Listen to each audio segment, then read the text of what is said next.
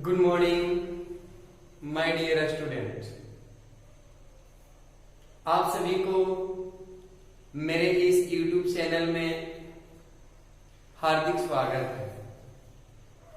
मैं JP sir, JP guidance study centre Buxar और कोशस, आप लोगों के लिए आज का मेरा पहला वीडियो जो डिटरमिनेंट चैप्टर से रिलेटेड है। डिटरमिनेंट का भी थ्योरी आज से हम स्टार्ट कर रहे हैं। डिटरमिनेंट पढ़ने से पहले आप लोगों को पता होगा कि मैं इनवर्स का चैप्टर और मैट्रिक्स, इनवर्स और मैट्रिक्स यहां तक कि डिटरमिनेंट में भी 4.1, 4.2 समाप्त कर दिए थे। लेकिन कुछ बच्चे का कहे अनुसार कुछ बच्चे बोल रहे हैं कि सर हम लोगों का क्लास छूट गया था, इसलिए डिटरमिनेंट शुरू से स्टार्ट कर दीजिए। तो चलिए समय को विलंब न करते हुए मैं आज डिटरमिनेंट बिल्कुल शुरू से ले रहा हूं, शुरू से स्टार्ट कर रहा हूं। इसमें अगर जो आप लोगों को अगर कोई डाउटफुल लगे तो कमेंट बॉक्स में जरूर बोलना है और इस वीडियो को मैं भरसक प्रयास करूंगा कि अगला लेक्चर में बेहतर हो जाए। अगर डाउट लगे तो ऐसे तो पूरा उम्मीद के साथ कहते हैं कि 100% यानी थोड़ा सा भी दिक्कत नहीं होगा। पूरा विश्वास के साथ कह रहे हैं कि अगर ध्यान से आप लोग कॉपी कलम के साथ अगर वीडियोज को देखिएगा, नोट कीजिएगा, तो पूरे विश्वास के साथ कह रहे हैं कि थोड़ा सा भी दिक्कत नहीं होगा। यहां से आप लोग नोट्स भी तैयार कर सकते हैं, क्योंकि डिटरमिनेंट का मानिए तो स्टार्टिंग पॉइंट से ले रहे हैं। तो चलिए समय को विलंब न करते हुए आप लोगों को आज कुछ बता दे रहे हैं, थोड़ा सा ध्यान देना है। तो चलिए बाबू हम स्टार्ट कर रहे हैं डिटरमिनेंट, जो कि आपको बिहार बोर्ड में 6 से 7 मार्क्स एग्जाम में पूछे जाएंगे इस चैप्टर से। इस चैप्टर से short type questions and objective type question पूछे जाते हैं ज्यादातर। तो थोड़ा सा ध्यान से देखना है।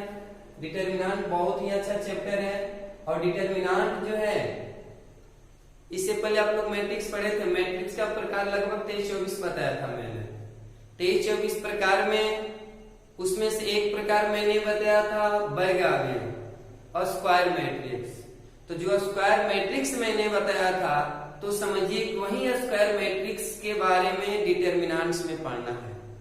यानी जो डिटरमिनेंट से माना जाए तो एक प्रकार से अवयव का चाइल्ड है। चाइल्ड समझ रहे हैं? चाइल्ड मतलब बच्चा। एक प्रकार से मैट्रिक्स का ये बच्चा है।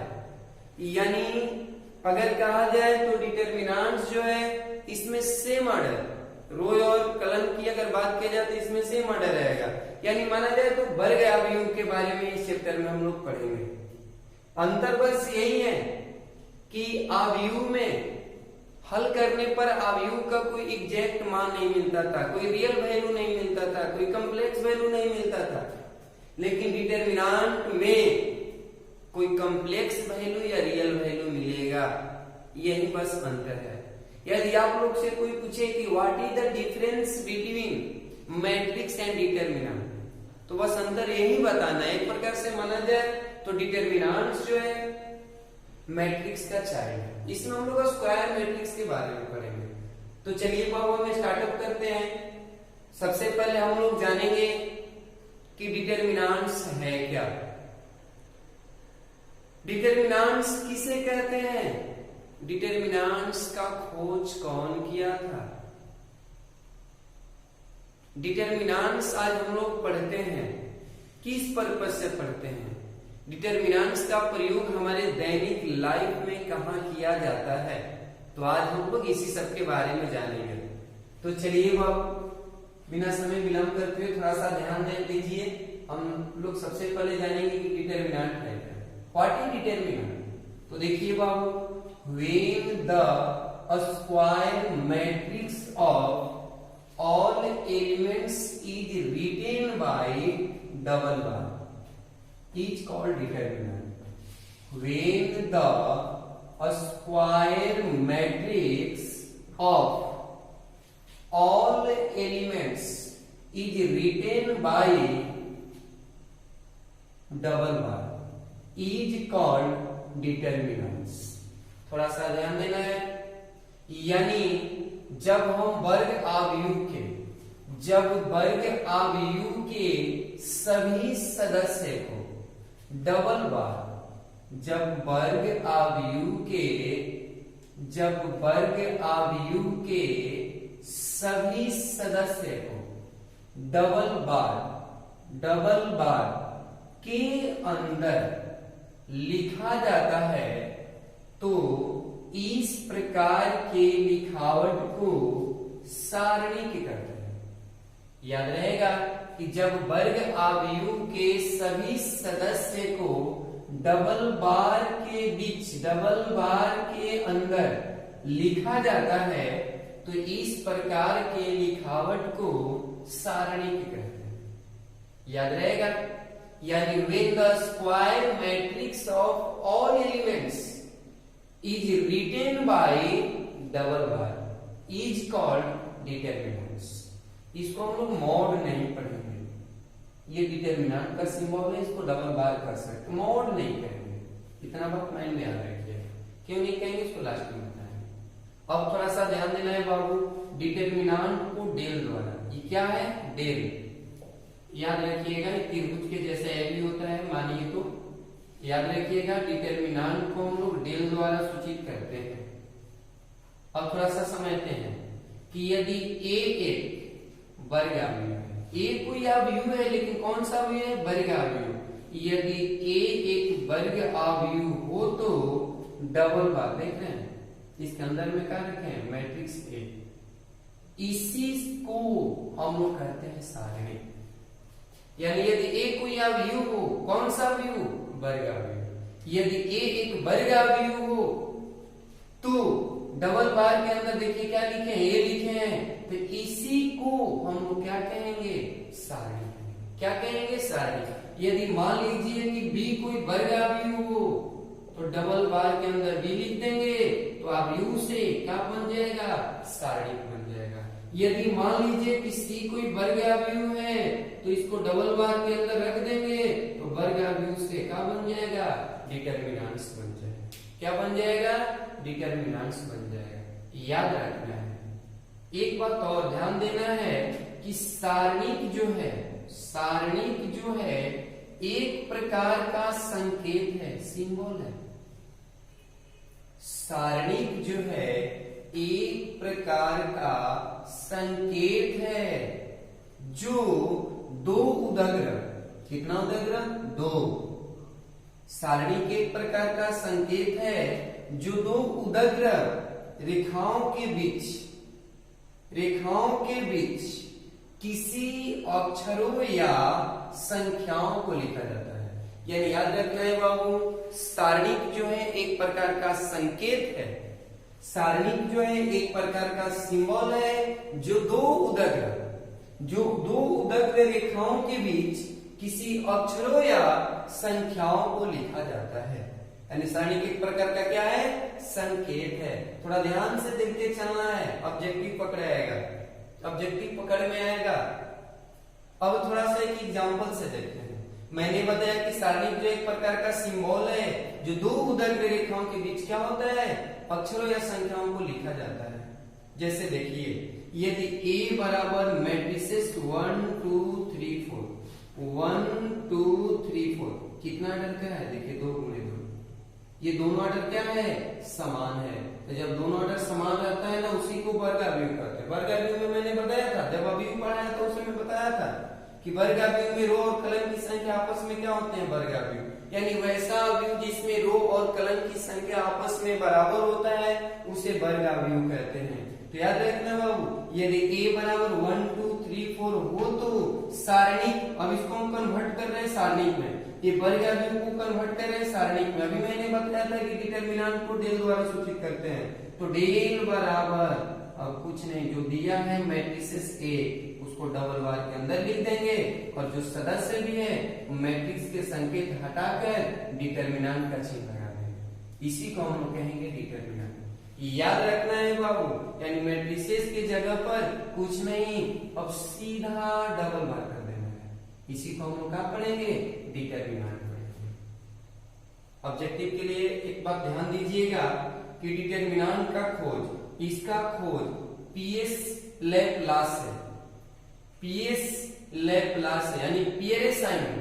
पीएस का मतलब पियरे साइमन, यानी पीएस लैप्लासे नामक गणितज्ञ ने किया था।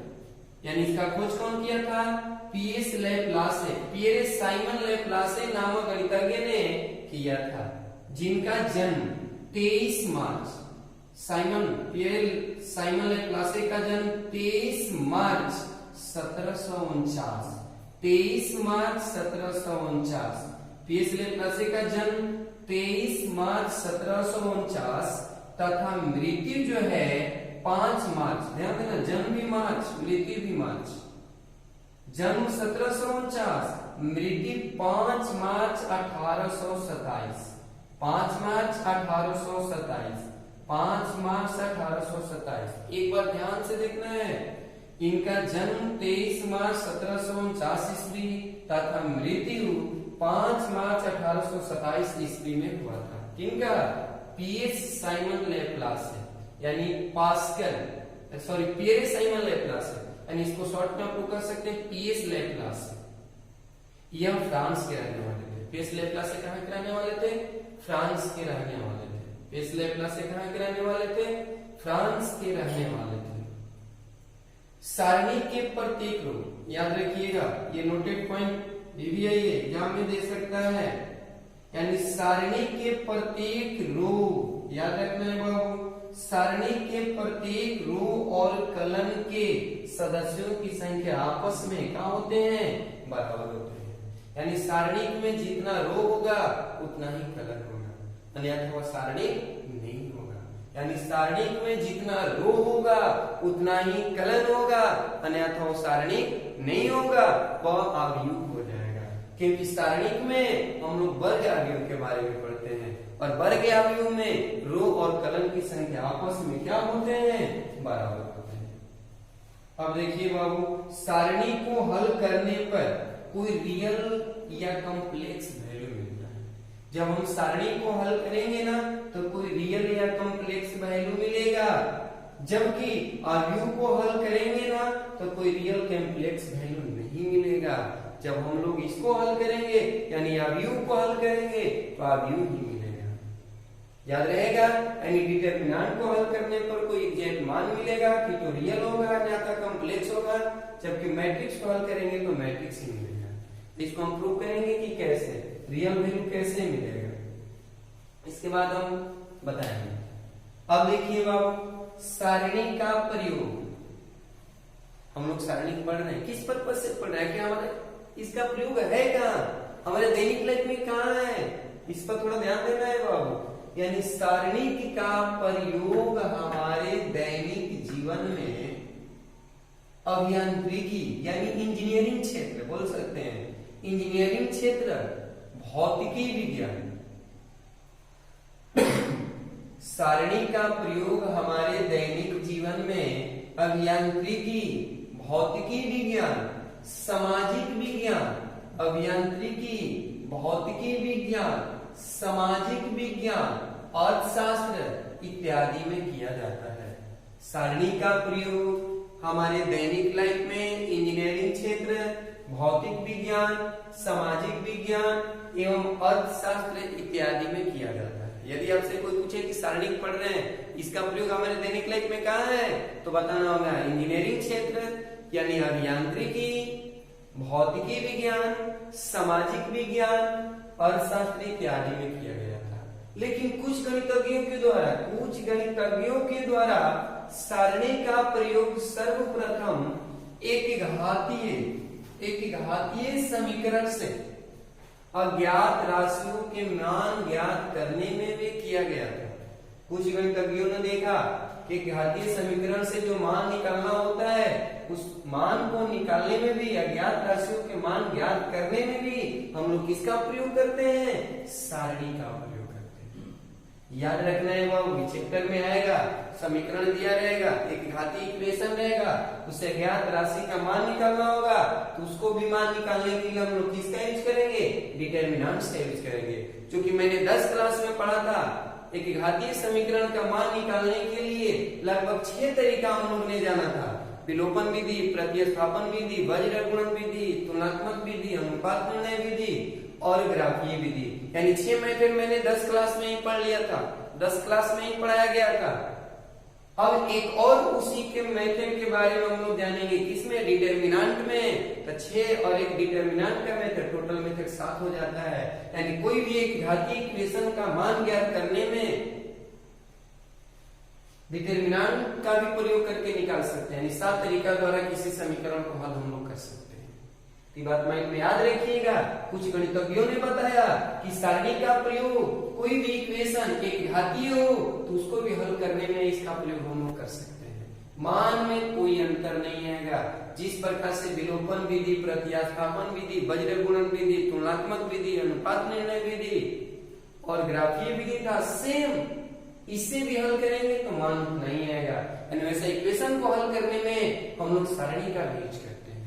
तो चलिए ये सब नोट कर लीजिएगा और इसको याद कर लीजिएगा, नोट्स तैयार कीजिएगा।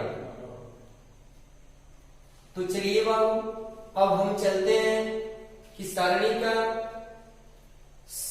का मान कैसे ज्ञात करें। जो सारणी का हमने लिखवाया है कि सारणी को हल करने पर कोई रियल मान या कॉम्प्लेक्स मान मिलेगा, रियल वैल्यू या कॉम्प्लेक्स वैल्यू मिलेगा, कैसे मिलेगा इसके बारे में जानेंगे। ये जानने से पहले थोड़ा सा याद रखना होगा। अभी मैंने बताया था कि इसको हम लोग मॉड नहीं पढ़ेंगे। मान लीजिए बाबू कि कोई मैट्रिक्स ए दिया है, अगर ये डबल बार के अंदर है तो इसको हम लोग मॉड ए नहीं पढ़ेंगे, इसको हम लोग मॉड ए नहीं पढ़ेंगे, गलत हो जाएगा। इसको हम लोग पढ़ेंगे क्या, डिटर्मिनेंट ए पढ़ेंगे। क्या पढ़ेंगे, डिटर्मिनेंट ए पढ़ेंगे। अगर मान लीजिए कहीं दे रहा है x माइनस मान लीजिए 2 दिया है तो इसको हम लोग डिटर्मिनेंट x माइनस 2 नहीं पढ़ेंगे, इसको हम लोग पढ़ेंगे मॉड x माइनस 2। इसको हम लोग क्या पढ़ेंगे, मॉड x माइनस 2। तो याद रखना है बाबू, यहाँ पर इसको डबल बार पढ़ना है, मॉड नहीं पढ़ना है। तो चलिए बाबू अब हम आप लोग को बताने जा रहे हैं कि सारणी जो है कैसे रियल वैल्यू देता है जबकि मैट्रिक्स नहीं देता है। तो थोड़ा सा ध्यान देना है। अब हेडिंग डाल लीजिएगा, सारणी का मान ज्ञात करना। अगला हेडिंग डाल दीजिएगा बाबू, सारणी का मान ज्ञात करना।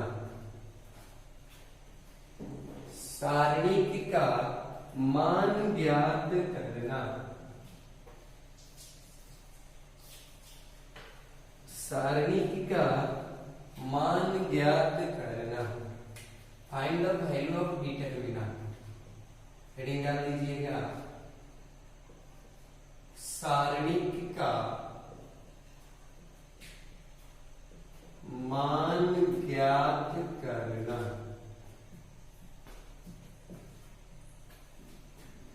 फाइंड द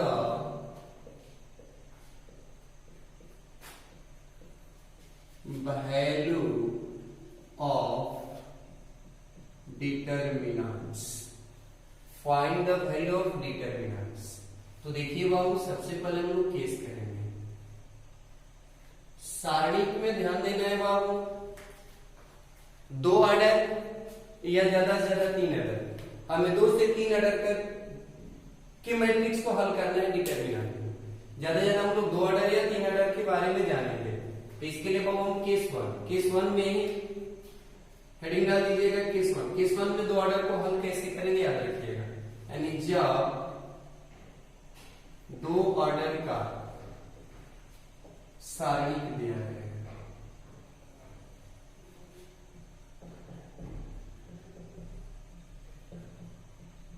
जब 2 ऑर्डर का सारणी दिया है, कितना ऑर्डर का दिया है 2, तो देखिए मान कैसे निकालेंगे। जैसे कि ध्यान देना है, ए बी सी डी। एक बात याद रखिएगा बाबू, सबसे पहले हल करने से पहले हम सारणी का चिन्ह जानेंगे, यानी सिंबल, संकेत, यानी सिंबल ऑफ डिटर्मिनेंट। तो देखिए बाबू 2 ऑर्डर का संकेत plus minus minus plus, alternate चलता है, plus minus plus minus, plus minus plus minus. याद रखना है कितना ऑर्डर का हुआ, 2 ऑर्डर। 3 ऑर्डर का लेना होगा तो प्लस माइनस प्लस माइनस, देखिए प्लस है तो माइनस, माइनस है तो प्लस, प्लस है तो माइनस, माइनस है तो प्लस, प्लस है तो माइनस, माइनस है तो प्लस। ये कितना ऑर्डर का हुआ, 3 ऑर्डर का हुआ। तो सबसे पहले हम 2 ऑर्डर का सॉल्यूशन के बारे में जानेंगे। कितना ऑर्डर का सॉल्यूशन, 2 ऑर्डर का। तो देखिए सॉल्यूशन कैसे करेंगे बाबू, ध्यान देना है, सीधे क्रॉस कर देना है। देख रहे हैं, पहले ए को डी से करेंगे तो ए डी मिलेगा, ए को डी से करेंगे, जैसे ही करेंगे फिर सी को करेंगे बी से, तो बी को सी से करेंगे तो क्या मिलेगा, बी सी। करने के बाद सबट्रैक्ट कर देना है, क्या करना है, घटा देना है, तिरछा तिरछा कर देना है। यही कंसेप्ट है बाबू 2 ऑर्डर का।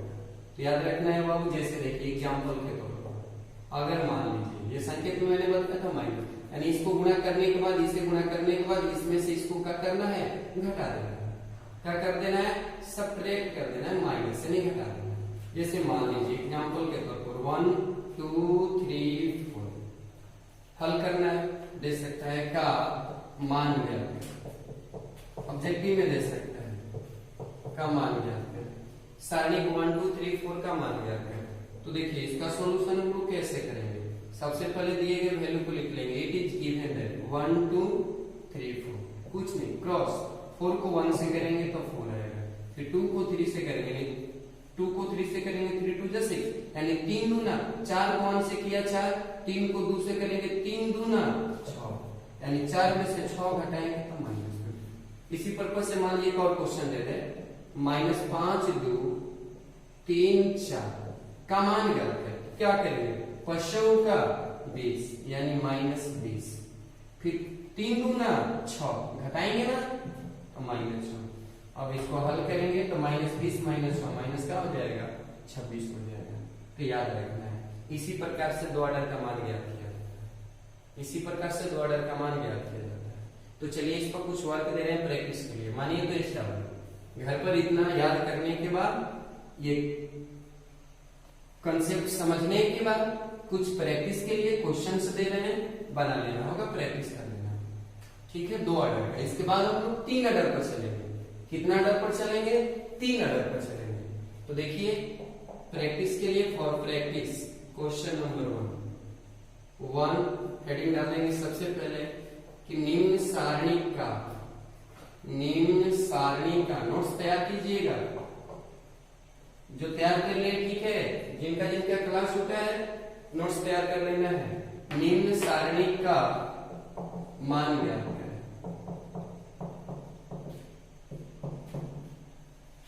Number 1 2 -3 5, number 2 -7 -6 2 1, number 3 sin theta cos theta minus cos theta sin theta, number 4 sec theta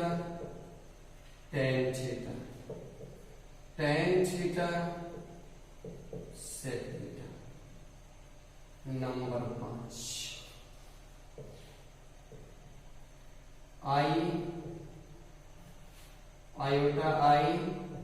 iota minus.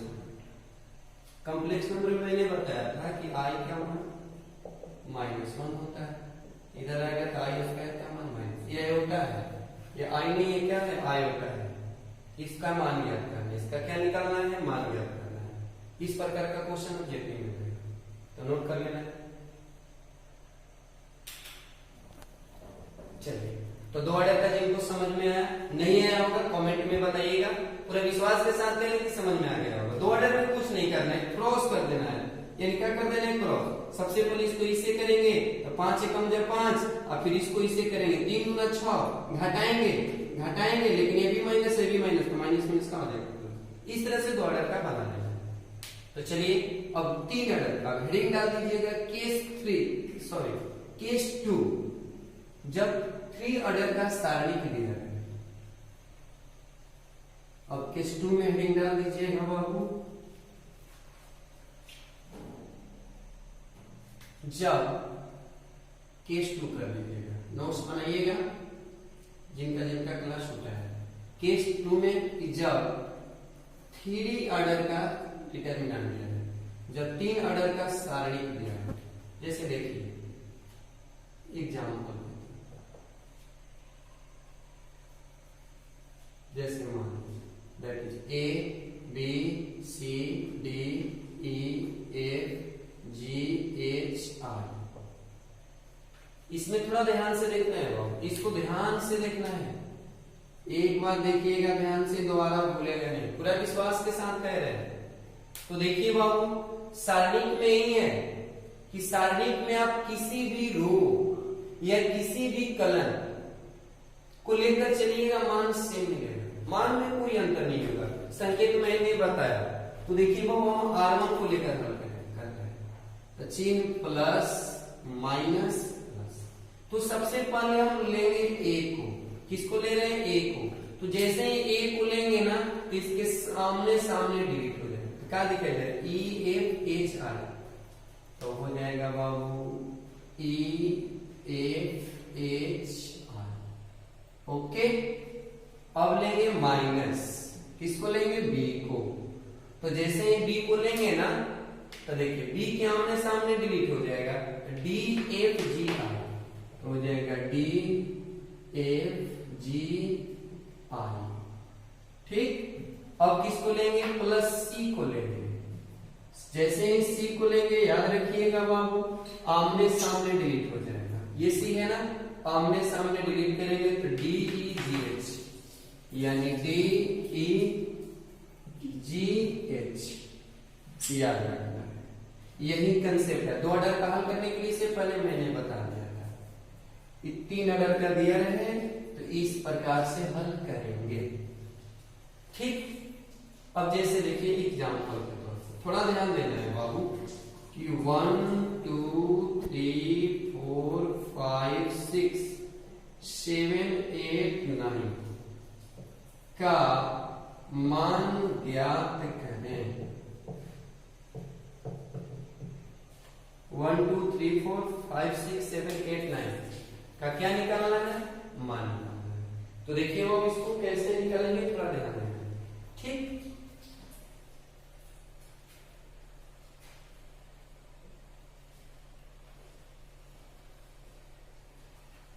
अच्छा से देखिएगा, पूरा विश्वास के साथ कह रहे हैं कि समझ में आए। अगर ये समझ दिएगा, पूरा चैप्टर समझ में आएगा। मेन यही है, जो समझेगा ये दूसरा चैप्टर भी समझ में आएगा। तो देखिए बाबू, अभी एग्जाम्पल में मैंने दिया था, अब देखिए सोल्यूशन कर रहे हैं। क्या कर रहे हैं? सोल्यूशन। कुछ नहीं, सबसे पहले जो वैल्यू दिया जाएगा, इट इज गिवन दैट, उस वैल्यू को, उस मान को लिखेंगे। मान दिया था 1 2 3 4 5 6 7 8 9, इसका मान। तो मैंने बताया था कि डिटरमिनेंट में किसी भी एक रो या किसी भी एक कॉलम को लेकर आप हल कर सकते हैं, मान में कोई अंतर नहीं होगा। अब किसी भी रो को लेकर हल कीजिए या किसी भी कॉलम को लेकर हल कीजिए, मान बराबर मिलेगा। तो चलिए बाबू, ऐसे हम दिखा देंगे कि बराबर कैसे। ठीक, तो हम सबसे पहले R1 को लेकर हल करें। थोड़ा ध्यान देकर चलना है बाबू, R1 को ले रहे हैं। ठीक है, तो चलिए सबसे पहले हम 1 को लेंगे। तो जैसे ही 1 को लिया, तो इसके आमने सामने क्या हो जाएगा? डिलीट। तो 2 ऑर्डर बचा, 2 ऑर्डर में बताते हैं कि 9 5 45, फिर 8 को 6 से 8 6 के 48। ओके, फिर चिन्ह बताया था कि प्लस माइनस प्लस। अब किसको लेंगे? -2 को लेंगे। तो -2 के आमने सामने वाला वैल्यू डिलीट। 9 का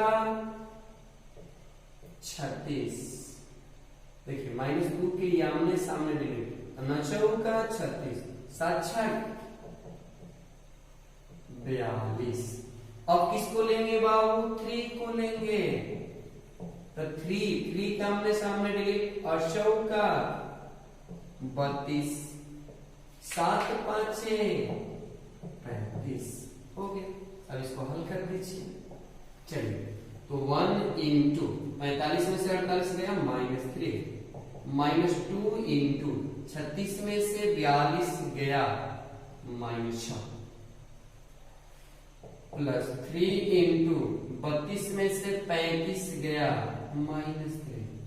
अब हल कीजिए बाबू, -3 को 1 से करेंगे -3, माइनस माइनस प्लस 100 दूना 12, प्लस माइनस माइनस 3 का 9, -3 -9 एक जाति को एक साथ जोड़ेंगे -12 अब +12 कट कर काम मिला 0 मिला। तो अभी मैंने क्या बताया कि डिटरमिनेंट 3 अगर का दिया रहेगा तो किसी भी रो या किसी भी कॉलम को लेकर आप हल कर सकते हैं। जैसे देखिए दूसरा तरीका, हम R1 को लिया तो मान मिला 0, अब हम लोग लेकर चल रहे हैं, ध्यान देना है बहुत, सभी एक ही तरीका बताते हैं लेकिन थोड़ा ध्यान दीजिए, हम दिखा रहे किसी भी रो या किसी भी कलर को लेकर हल कीजिए, मान में कोई अंतर नहीं होगा। तो चलिए हम फर्स्ट रो को ले लेते थे, 0 आया, अब हम सेकेंड रो को ले रहे हैं, थोड़ा ध्यान देना है, किसको ले रहे हैं आप, सेकेंड वाला से देख रहे हैं। अभी मैंने बताया कि किसी भी रो या किसी भी कलम को लेंगे मान से मिलेगा, अब हम लोग सेकेंड रो को ले रहे हैं, तो सेकेंड रो में चिन्ह क्या होता है, माइनस प्लस माइनस। तो चलिए बाबू हम R2 को लेकर हल कर रहे हैं। मैंने बताया था मैट्रिक्स वाला चैप्टर में कि जो बड़ा लाइन है उसको रो कहते हैं और जो खड़ा लाइन है उसको कलम कहते हैं। जो बड़ा लाइन है उसे रो कहते हैं, जो खड़ा लाइन है उसे कलम कहते हैं। तो R1 को लिया था मैंने तो 0 मिला, मान था A1, क्वेश्चन था 1 2 3 4 5 6 7 8 9। अब किसको हम लोग लेकर हल कर रहे हैं, R2। तो R2 में चिन्ह होता है माइनस प्लस माइनस, तो -4 लेंगे। तो जैसे ही -4 लेंगे तो -4, थोड़ा सा ध्यान देना है बाबू, -4 देखिए और ये डिलीट हो जाएगा, यानी अगल वाला और आमने सामने वाला, ये वाला और ये वाला डिलीट हो जाएगा। तो 9 दूना 18 और 3 का 24, यानी 18 माइनस 24, 18 माइनस का मिला 24। अब हम लेंगे +5, ठीक, +5 को लेंगे तो इसके आमने सामने वाला डिलीट, तो 9 एकम जा 9, 5 लिए है ना, ये डिलीट हो जाएगा, ये डिलीट हो जाएगा, तो 9 एकम जा 9 70 का 21, यानी 9 माइनस 21 हो जाएगा।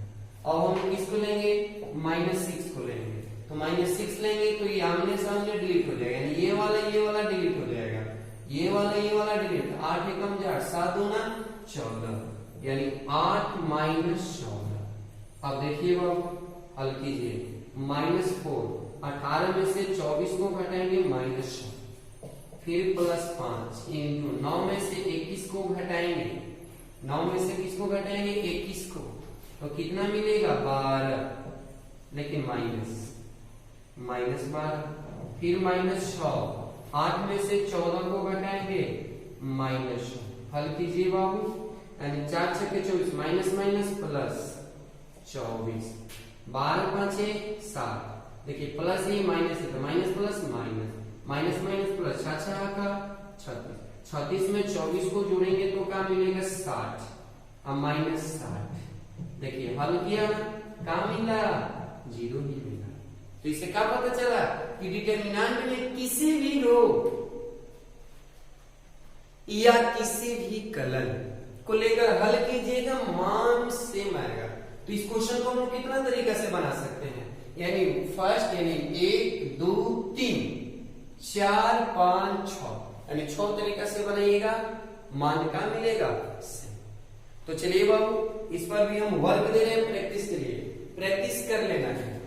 अगर डाउट होगा कमेंट में जरूर करना है, पूर्ण कल बता देना, लेकिन इस विश्वास के साथ करें कि डाउट होने का तो संभव ही नहीं। तो चलिए बाबू इस पर भी प्रैक्टिस के लिए होमवर्क दे रहे हैं, घर पर बना लेना।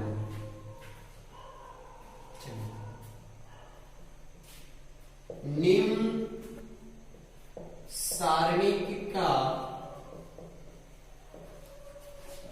मान ज्ञात करें। नंबर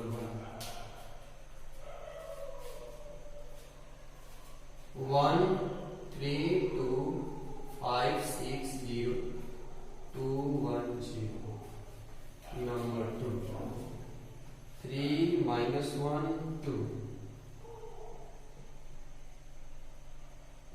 4 5 6 0 2 नंबर 3 1 0 1 0 1 2 3 1 2 नंबर 4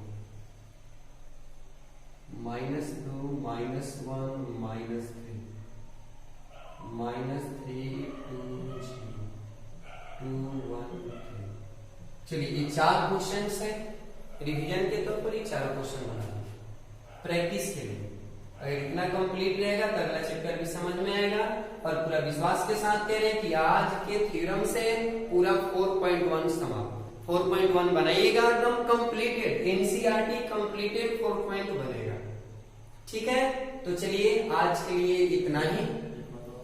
एक बात और, यदि हमारे चैनल को जो जो सब्सक्राइब नहीं किए हैं तो सब्सक्राइब जरूर करें, बेल आइकन को जरूर दबाएं, ताकि रोजाना मेरा तैयार होने वाला वीडियो यानी जो मैं रोज वीडियो तैयार करता हूं उसका नोटिफिकेशन आप लोगों को समय पर मिल जाए। इसलिए सब्सक्राइब जरूर कीजिए, लाइक जरूर कीजिए, कमेंट जरूर कीजिए और बेल आइकन घंटी को जरूर दबाइए। तो चलिए आज के लिए इतना ही, धन्यवाद।